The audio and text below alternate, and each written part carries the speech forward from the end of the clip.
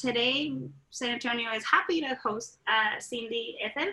She is a Mexican designer and illustrator from Monterrey, which I see Monterrey is in the house. She has a passion for typography.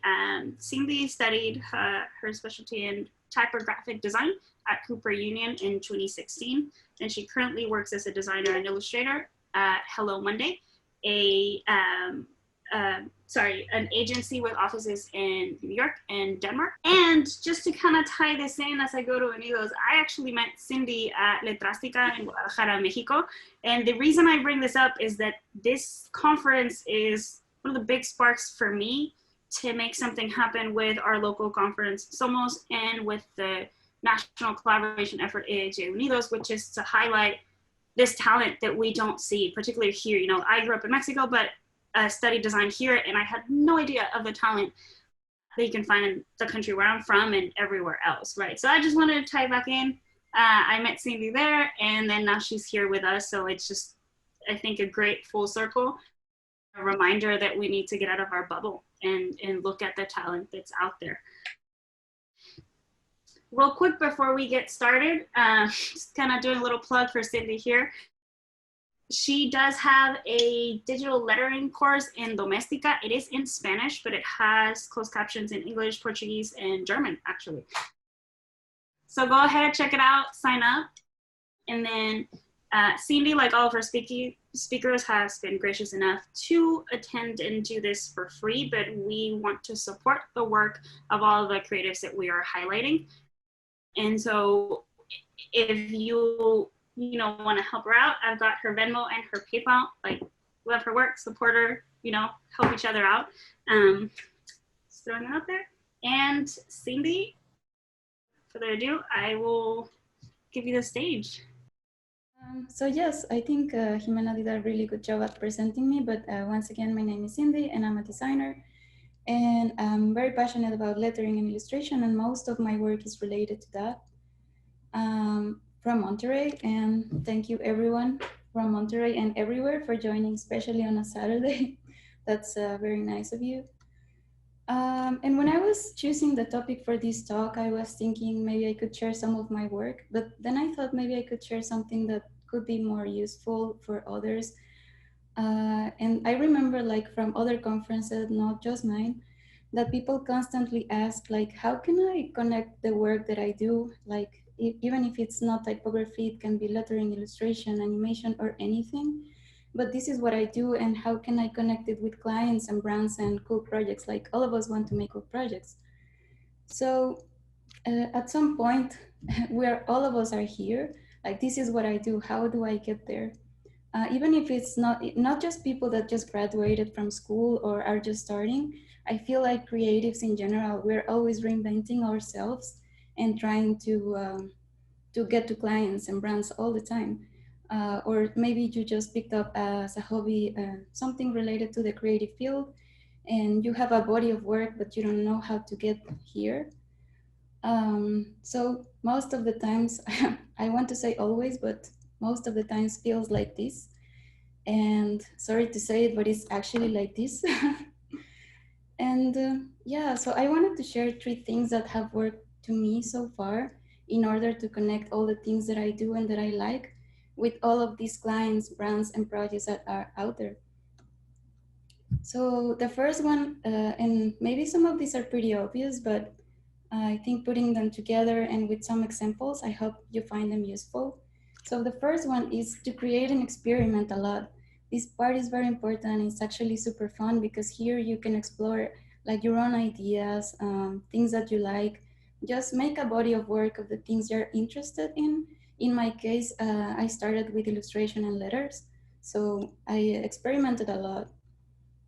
Share your work is very important. Promote yourself. Because yeah, how people is gonna know that you are doing certain thing if you don't show it, you don't put it out there.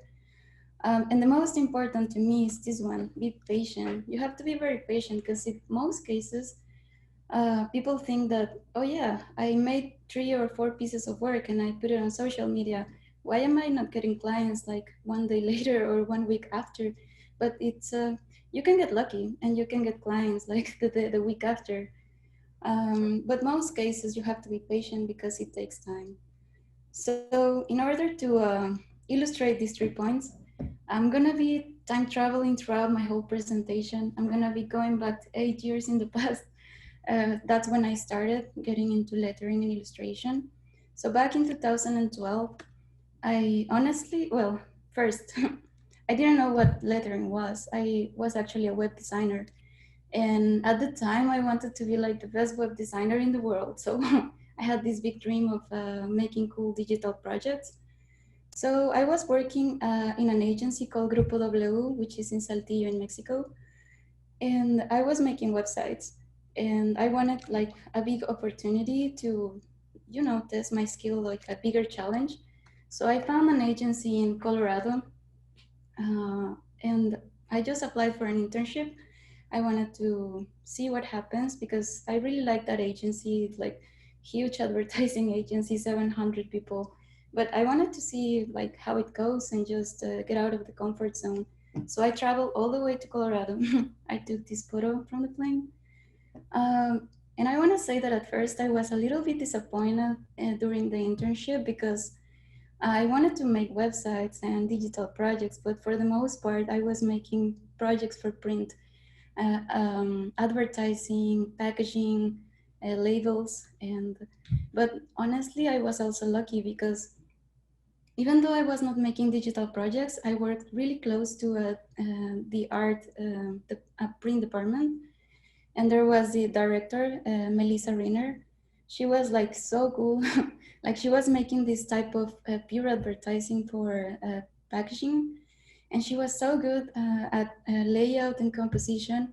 And pretty much like she took me as her intern, and she started teaching me, and she was sharing like a lot of advices and and I thought it was fascinating the way she was mixing typography with illustration as well. So I was happy, even though I was not being the best digital designer. I think I learned a lot from her and she really inspired me. So, but on the other hand, I was not very good at English at the time. So I was not hired, so I went back to Mexico. And at first I was a little sad because I wasn't hired and you think all these things like, yeah, I'm not so good and things like that. But on the other hand, when I came back to Mexico, I started using everything that Melissa taught me during my internship. And so I started making this type of posters for events, like small freelance projects that I was getting through, the friend of the friend, and then you get contacts. And this was a bazaar, like an artist flea market in Mexico City. Yeah, the pay was okay, but there was a lot of exposure. Like they were putting them all over Mexico City. So in a way, I was promoting my work and sharing it, not on social media, but on the streets of Mexico City.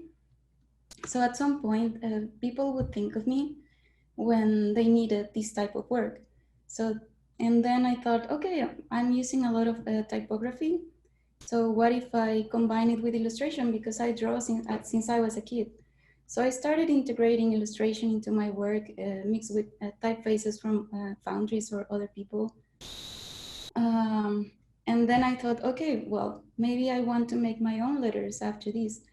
And so I started making my own letters, and I'm not gonna say these are necessarily pretty, but 8 years ago for me, this was very successful. And I'm pretty sure that at least every person that is into lettering and typography has a collection of these somewhere, or maybe they burned it a long time ago. I like to keep them because it's good to keep your progress.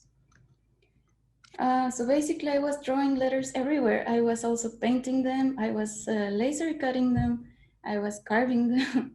Like I was taking every chance I could to practice. Then when I felt very comfortable with analog tools like painting and drawing, I moved into digital. And again, this was not big projects. It was like small chances to put some of my personal like inspiration and work into like commercial projects. So I was taking every chance. Like this, for example, for a magazine, also for Mexico City. And all of these were projects mixed from print to digital. And then, so that was 2012. So 1 year later, I said, okay, I've practiced enough. I want to challenge myself to make a piece just like Melissa, my mentor, was doing, with a lot of information and mixing with illustration and just see what happens. And there was this chance, there was a party, like a graduation party from a school I attended to, Digital Invaders. And my friend was asking for a poster for the party. And I said, yes, okay, I'll do it. And I'm just gonna use illustration and custom letters. And this was the result. And even though some of the letters, you know, the weights might not be right, or, you know, there's mistakes and all, I was practicing, and somehow this poster was all over the internet, like it spread everywhere. I was getting messages from agencies in New York, actually, Europe, even people from Russia were texting me like, "Hey, this is interesting. Like, keep it up. You should continue doing this."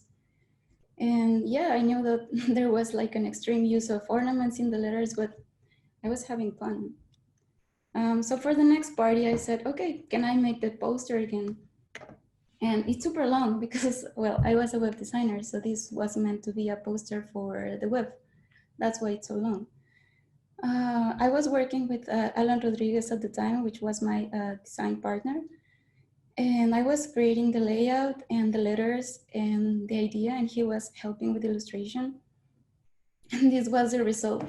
And again, even though I knew that I was using at least every single style in the history of writing in one single design, I was practicing, and this was very useful in the future years.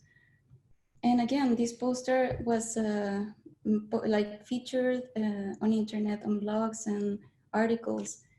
A lot of people sent me messages like, "Hey, this has something special. Like, you should continue."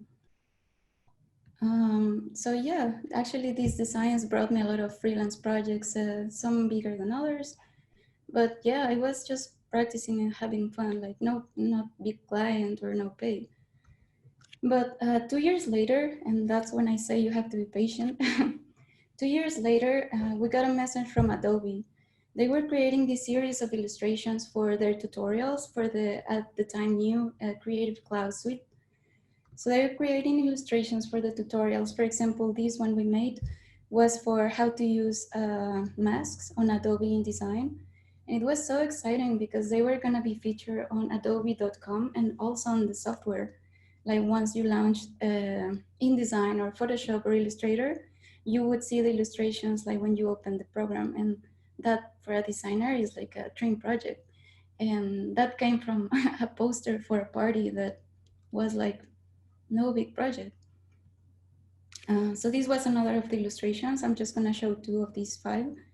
And this was how to use glyphs on InDesign, and I built the word glyphs out of glyphs. And it was fun. And this is how it looked on the website. And this is how it looked when you launched Adobe InDesign. So, and they were very happy with the work. So during that time, a couple of months after, they said like, hey, we're really happy with the work you're doing. So can you make another 5 illustrations? We were like, yes, of course. And also Adobe is like a dream client. They are super nice people. So this was how to use layers on Adobe Photoshop. It was for beginners, a tutorial for beginners. And so for some reason we came up with the idea of using a call and just layering it in parts. And yeah, the sketches were nothing fancy, actually. I think I made these before going to class in a Starbucks or something. So ideas are very important, more than even the finished piece of work. And this is the process I wanted to share. And yes, Adobe's just a good client. I think the only feedback we got for this was, can you make the tongue of the cow, can you hide it and make her smile because she looks a little bit like dead? And that was the only feedback we got. And this is how it looked when you launched Adobe Photoshop. So that was kind of, it was very exciting. And but also like experimenting and creating and sharing your work not also gives you like the opportunity to connect with brands and clients, but also it gave me the opportunity to go to the Cooper Union. Because I thought, okay, I'm charging money for these designs. Maybe I should also invest in education. So I just sent all my portfolio of these experiments that I was doing, and I got a spot on the class of 2016. And that was And that was amazing because I got to learn from people that was expert on the field. I think I took every single workshop. Yeah, and I got into typeface design as well. So I had a better foundation for what I was doing. And also, I mean, I was moving to New York from Mexico, from Saltillo in Mexico to New York. So I needed a job as well, because otherwise I wouldn't have been able to go to the Cooper Union. So I got a chance to work with Bold 49, which is a packaging, illustration, and advertising agency in New York. They hired me, so I was studying and also working at the same time. It was a bit exhausting, but also since they do packaging, I got the chance to experiment a lot and explore and apply the work that I was learning at the Cooper Union into real projects.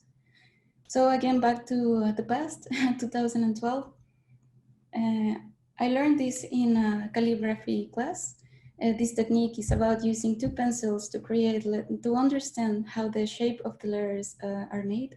So I started to make these kind of sketches, not very pretty maybe at the time, but then with time and practice, I refined them and I started playing around with ribbons, but for some reason, just for fun. So when at Bold 49, while I was working there was a chance to work with Baileys, and there was a concept for a bottle. This was in 2016. There was a chance to create this bottle with the concept of a gift and a ribbon.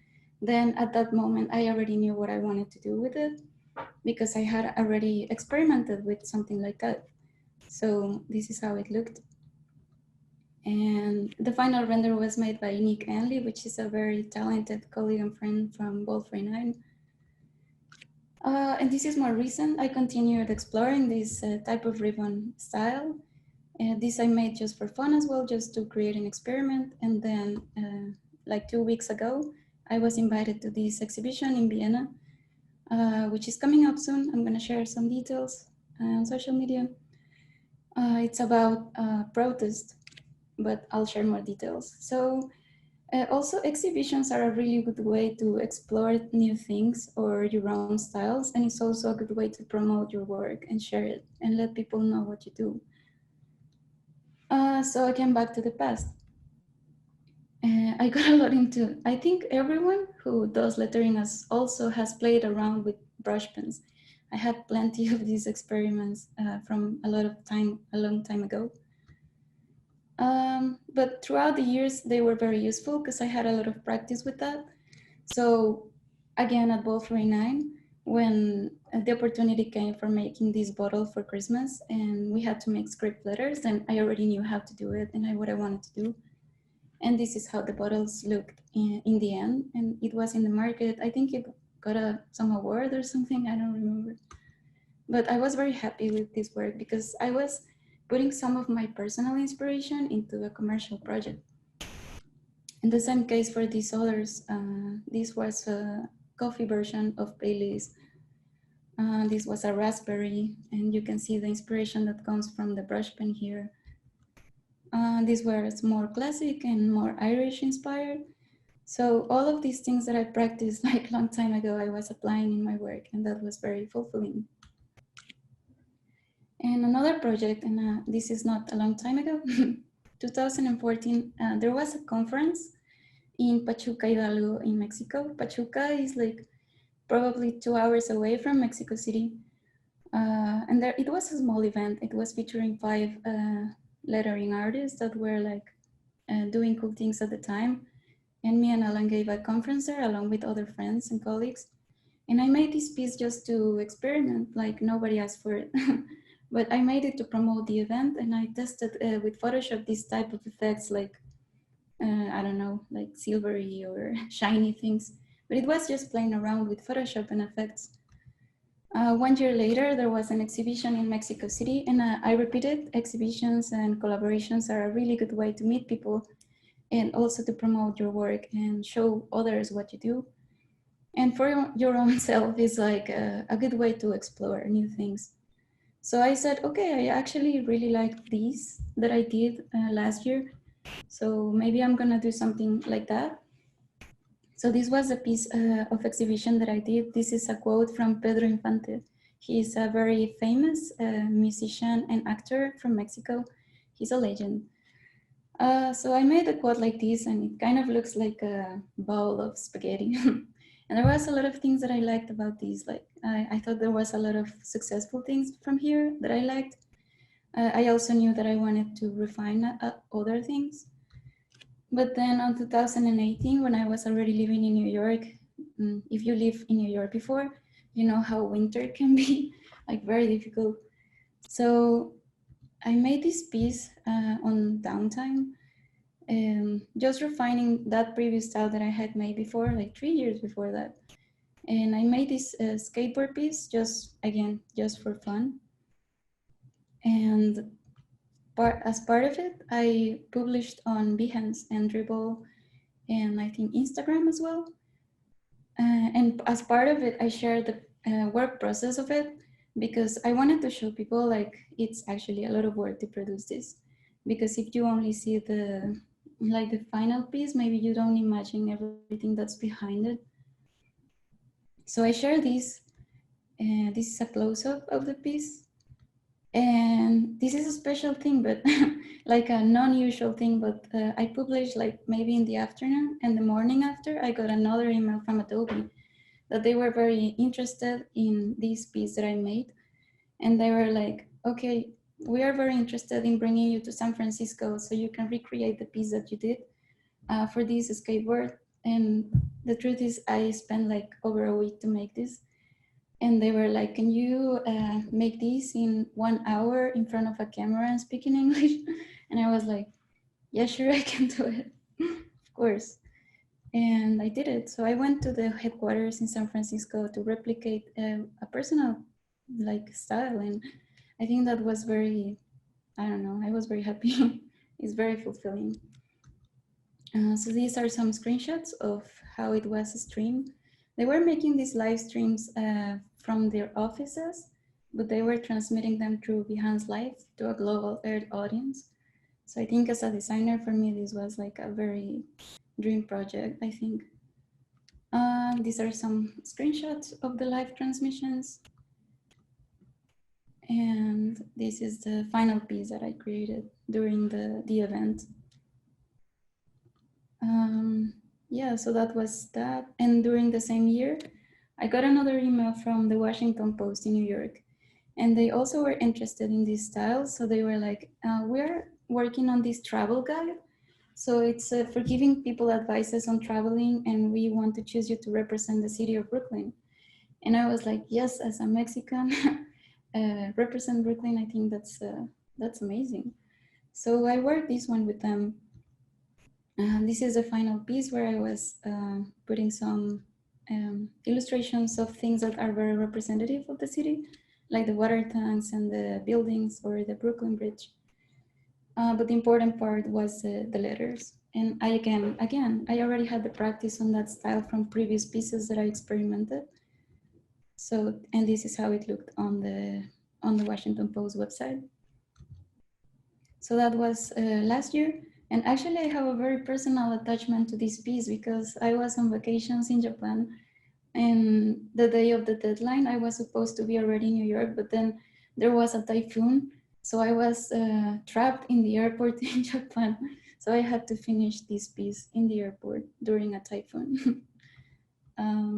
Yeah, and more recently, a couple of months ago, I got an email from a musician, and he wanted to make the campaign and cover for his new album. And he really liked the same style. So I made this piece for him. So if you see, it's not like a it's not like a fast process. It went over the years, and it was experimenting and refining a lot. And then people take time to see the work, and you just have to wait sometimes. Another example, back in 2013, I made this very different from the rest that I've been showing. But as a designer, you have to adapt to different things. And I also really like experimenting with new stuff. So this was another poster for the parties, but it was more related to graffiti and street art. I don't remember why, but we chose this style. And then 1 year later, I got an email from the Evil Geniuses, which is a team of video game players. And they really liked this style because it was on Behance as well. It was shared on Behance. So they wanted the t-shirts for their global event. So I made these for them. And I used the same painting style for it. 3 years later, I got an email. 3 years later, so I was working at Ball 49. And there was this campaign for Pepsi where they needed this type of painting style. And I was trying to make it on digital, but then my friend Ricardo Gonzalez, aka It's a Living, he's also mural and graffiti artist, and he complemented the things that I had already experimented with more like real paint techniques. So that's a cool thing to meet people and collaborate, that you can learn from each other. It's not just what you know, but also like having friends and people who inspire you to teach you and share knowledge. So this is how the bottles looked. It was for the Champions League. I think it was 2018. I'm not sure, I think. And then this style, I share all of these things on Behance and Dribble and all my social media channels. And then I got different emails. This was for an event, an agency in New York. They wanted to promote an event about creatives being brave, like moving from their countries to other cities. So I created this piece for the event.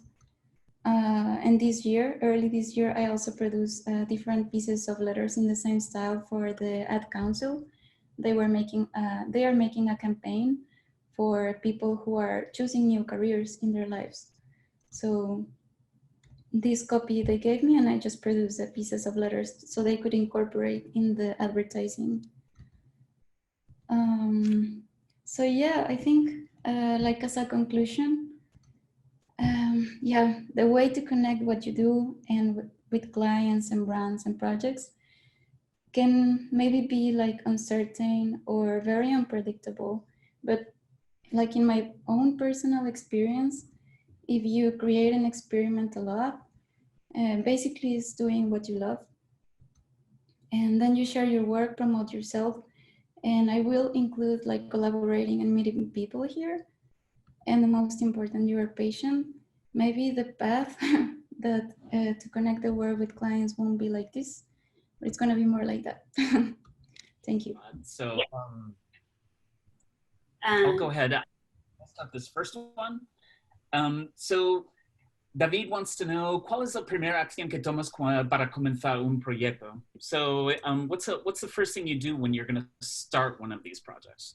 Oh, maybe I can answer in Spanish. And Perfect. Yeah. Pues la primera cosa que hago para comenzar un proyecto, yo me considero más diseñadora que artista, entonces pues es escuchar de qué trata, ver el brief, qué es lo que necesita tu cliente, y ya como más en la práctica y en la técnica es bocetar ideas. Yo siempre he pensado que los programas como Photoshop, Illustrator, o sea, obviamente son súper importantes y son geniales, pero también son como cajas de colores, o sea, son como herramientas que te ayudan a darle vida a tus ideas. Entonces yo creo que la parte más importante del diseño pasa en tu cabeza. Entonces, como los bocetos que les enseñaba de la vaquita de Adobe, creo que bocetar ideas, o sea, ¿cómo puedo resolver esto? Esa sería la primera cosa que hago al iniciar un proyecto. Antes lo hacía mucho a lápiz, ahora lo hago más en digital, pero es trabajar las cosas como en sucio, o sea, bajar lo que está en tu cabeza a papel o a cualquier cosa. Eso sería lo primero. Okay. Let's see. My memory is going to fail me, so I will do the best. So Sindy was just explaining that she considers herself more of a designer than an artist. So, you know, that has a lot to do with their process. In addition, that, you know, that it's just about, you know, listening to the client, trying to give them, you know, what they want. You know, she kind of tries to pull from, you know, from a lot of, you know, from a lot of different idea, you know, kind of inspirations. And in addition, that before, you know, she worked more, you know, with sketching, you know, in sketchbook with pencil and so forth. But now she works more with digital almost immediately. Did I hit everything? I think I might have. Thank you, Anthony. And I typed a quick summary in the Q&A thing, and I'll drop it in the chat as soon as I can find it again. Thank you, Anthony. You did great. And then we have quite a few questions as well. We can alternate if you want, Anthony. So Caitlin Lemoyne says, hi, Caitlin. Can you talk about some of the analog techniques you didn't really know about before you started exploring? Do you have any tips for transferring analog sketches into the digital? Well, all of them. Like when I just started, I was a web designer, so I only use pencil for drawing. Yeah, I tested a lot of tools. Some of them were recommendations from friends. And then one of my friends recommended me the Sindy tablet from Wacom. And I think for me, that was life-changing because for me, the Sindy is almost like drawing with a brush pen or ink. It's very accurate and it feels like if you were drawing with analog tools. And I think the iPad does the same job. I just haven't tried it that much, but it's also really good. But before digital, I was just working with brush pens and calligraphy pens, different types of pencils. I tried a lot. I have a huge box of art materials like every designer at my home that I don't use anymore. But I don't know if that answers the question. Have you integrated iPad Pro at all? Have you tried the Apple Pencil? Yeah, I just got it like a couple of months ago and I started trying Procreate. I just haven't given myself the time to to use it a lot. Also because I use a lot of Photoshop and Illustrator. Maybe that's also why, but definitely have to give myself some time to practice on that. Excellent. And then Caitlin also asks, do you write things for yourself or work with other writers? I'm assuming this is when sharing your content and that kind of stuff, right, Caitlin? Correct me if I'm wrong. Yeah. Well, I mean, for client work, I obviously take the copy from their copywriters. For personal stuff, I just think of my own ideas. I've always thought of myself like a frustrated copywriter because I love writing, but I'm not good at it. But I keep trying. So I write my own copy, but I'm always open to collaboration. Like if you are a really good writer or you want to work with me, you can write something and I can turn it into a lettering piece. And yeah, that works for me. I'm open to it.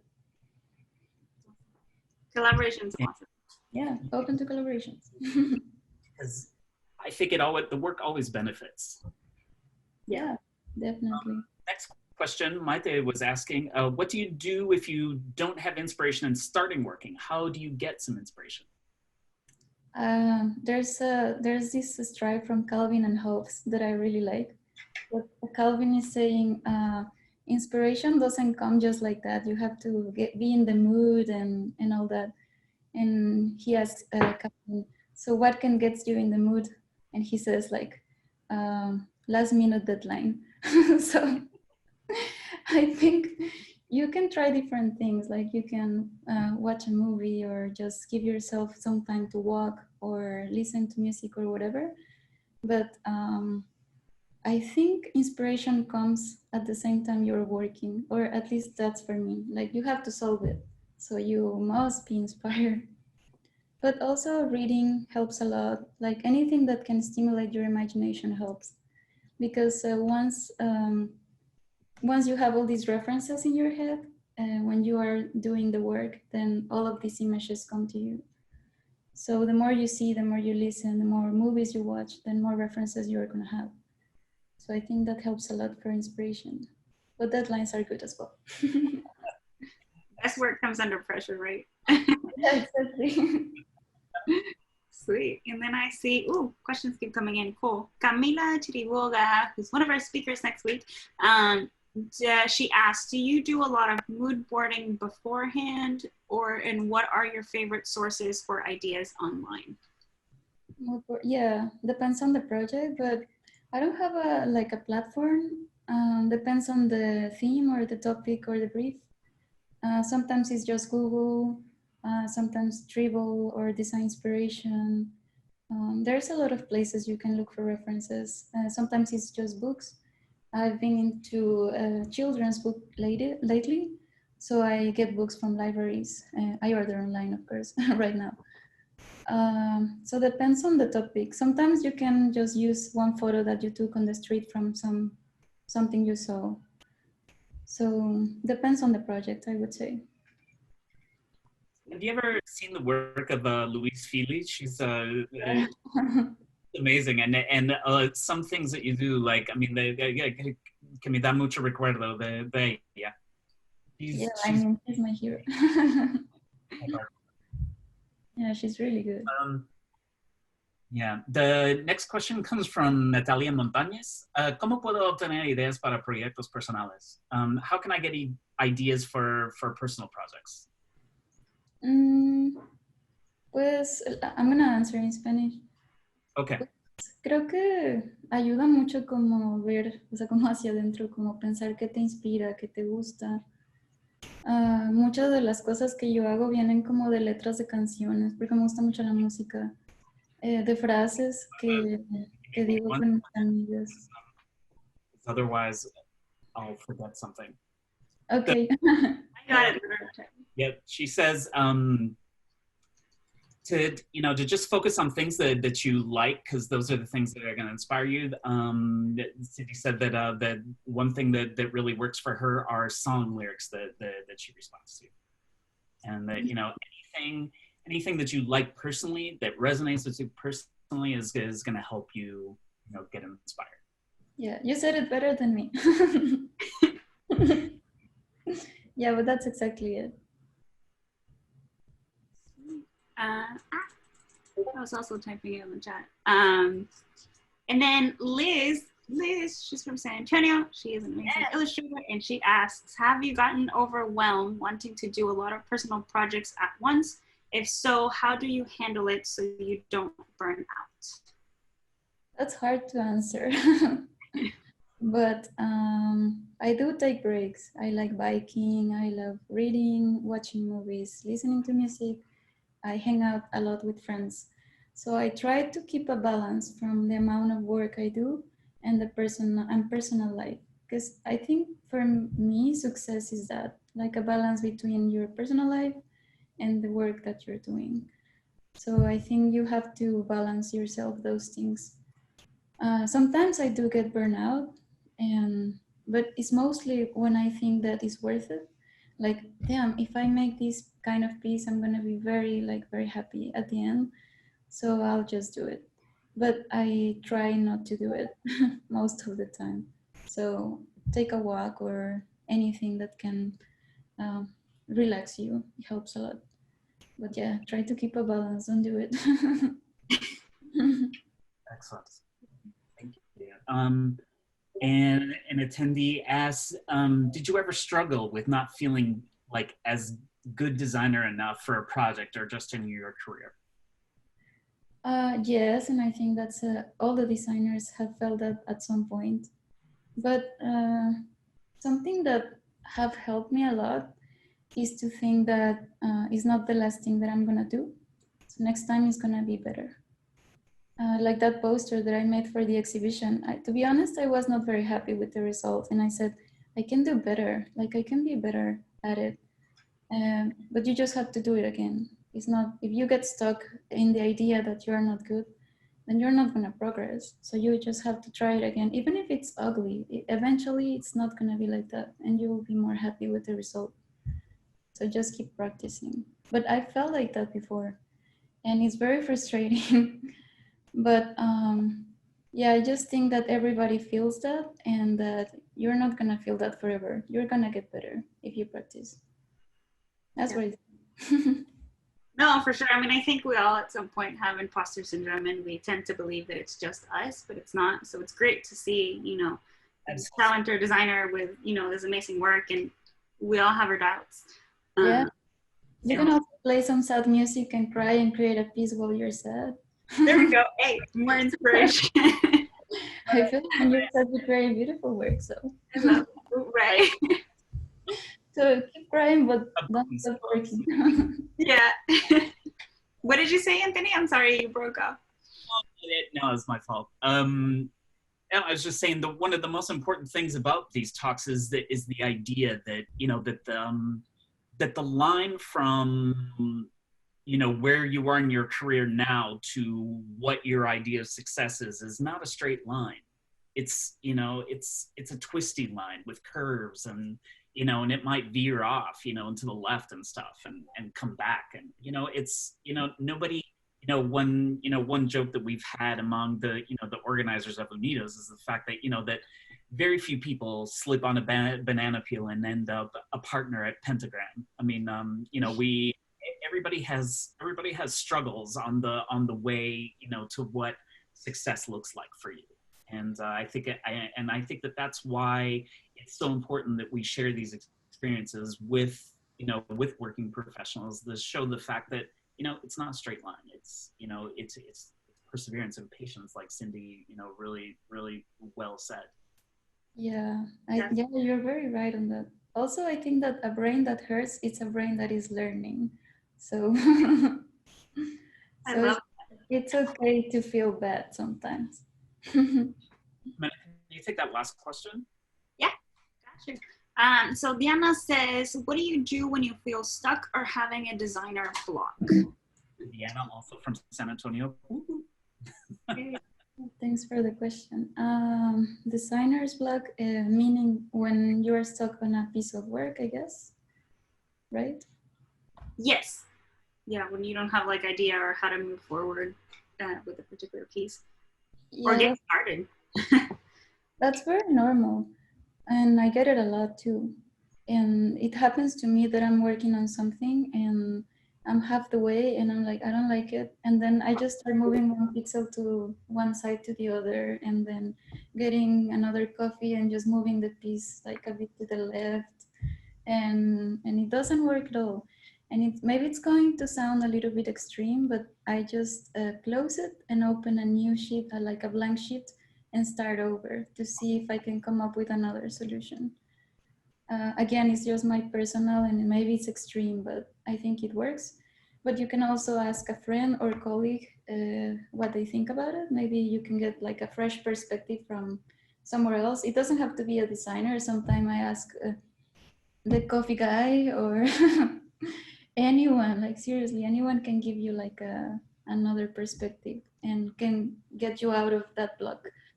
But if it doesn't work, just let it rest and then come back later, the day after or something, if you have the time, or just start over or ask someone. I do those three things and it helps.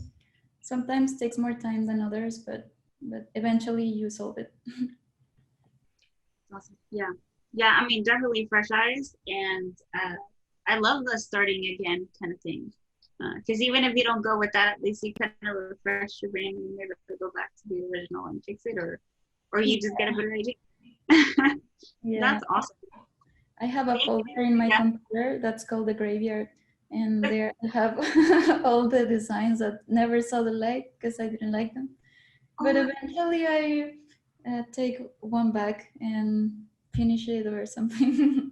Yeah, I love that graveyard folder. Oh, that's awesome. I'll have to start doing that. Yeah. Great. I have to ask a selfish question. Sindy, what would you like to work with WIFA, the Champions League? Like, I'm a major soccer nerd, so I need to hear more about that experience, if that's okay. Which one, sorry, Anthony? WIFA, La Liga, the Champions. Well, that was when I was working at Ball 49. And I created that along with my friend Ricardo. So we made like, with paint, we made like an alphabet in 16 languages, I think. Wow. Like all the letters made by hand on Japanese, Chinese, Arabic, French, Cyrillic. We made all the alphabets. So yeah, it was for the advertising of that year's Champions League. How were they as a client? Well, in that occasion, I didn't have to deal a lot with the client because I was only on the lettering part of it. Like a producer did the job of dealing with the client, which I appreciate a lot. I love producers. But yeah, it was not hard. It was not hard to do it because they already knew what they wanted. Like they wanted something made by hand, so that made it easier of a process. Yeah, for sure. Awesome. Mm-hmm. Awesome. Thank you, Sindy. Thank you so much. That was a great presentation. Thank you for everything. I'm gonna plug you again for everyone that's here. Check out her careers on Domestica, and then just send her money because, you know, she's great. And so hopefully next time when she comes back, we can actually pay her for this, right? But we really, you know, from San Antonio chapter, from the Unidos organizing team and all of the chapters, thank you for being a part of this. We're just getting started, and we love that you're part of our inaugural event, and we hope we can bring you back on. Hopefully a workshop, we're talking, there is nothing set yet, but keep an eye out to see if we can have an AIGA hosted lettering workshop with Sindy. So again, Sindy, check her out, follow her on social media. Thank you everyone for attending.